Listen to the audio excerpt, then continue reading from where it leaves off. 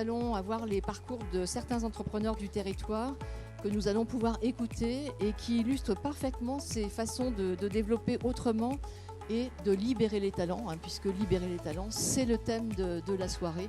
Et je pense que c'est pour ça que vous êtes aussi nombreux. Et c'est vrai que sur le territoire, nous avons des pépites. Aujourd'hui, on n'est pas tous à égalité de chance pour réussir.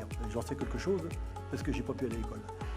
Et aujourd'hui, on recherche un peu trop les hauts potentiels, ceux qui ont les qualités visibles, c'est-à-dire intellectuelles, en oubliant les capacités moins visibles, relationnelles ou opérationnelles.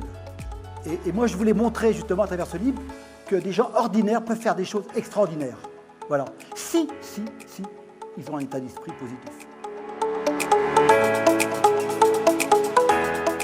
Je vais demander à nos 4 témoins de venir me rejoindre.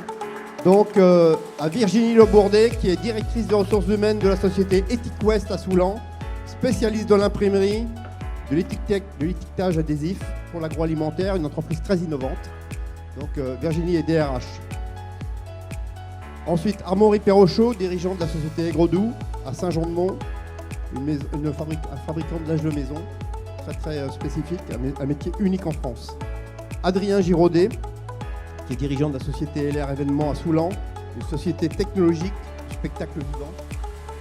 Et puis une nouvelle société, Sylvain Delacour, donc de la société Attentalgae, qui est spécialiste de la microalgue avec un projet extrêmement ambitieux à plus de 10 millions d'euros.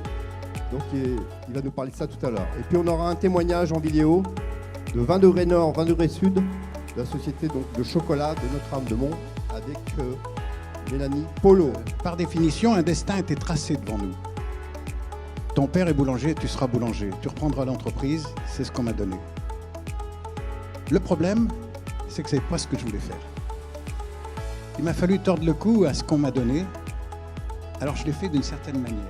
Merci à tous et puis à l'année prochaine pour une nouvelle soirée éco, n'est-ce pas? Merci.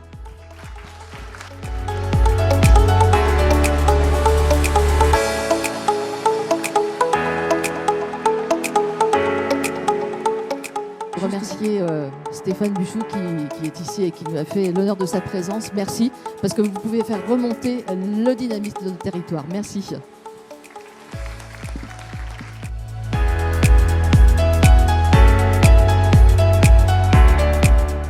Le propos sur le fond